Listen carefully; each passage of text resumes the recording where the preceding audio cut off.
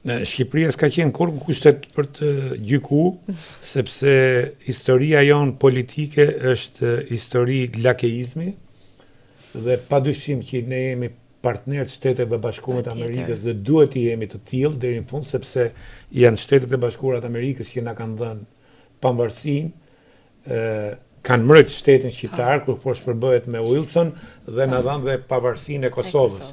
Kështu që kjo nuk ka diskutim dhe jemi me fat që në këto momente jemi aleat dhe si rajon jemi në interesin e Shteteve të Bashkuara të Amerikës. Por problemi është që kur ka vend për të analizuar dhe mos qenë kaq zellshëm, kur fakti çohen 260 kongresmen, a e duan ato Amerikën?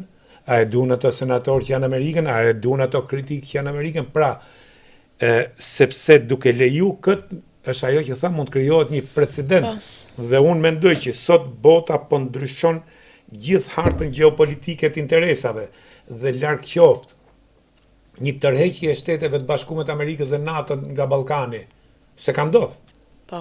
Ne e dim shumë mirë, në 45-ën u tërhoqën mbasi u bë marrëveshja në Tiranë, u tërhoqën anglezët, se ishin anglezët zbarkuan bregdetin tonë. U tërhoqën dhe ne vuajtëm komunizmin 45 vjet dhe nuk foli njëri për komunizmin shqiptar, se si bëj kujt von për popullin shqiptar.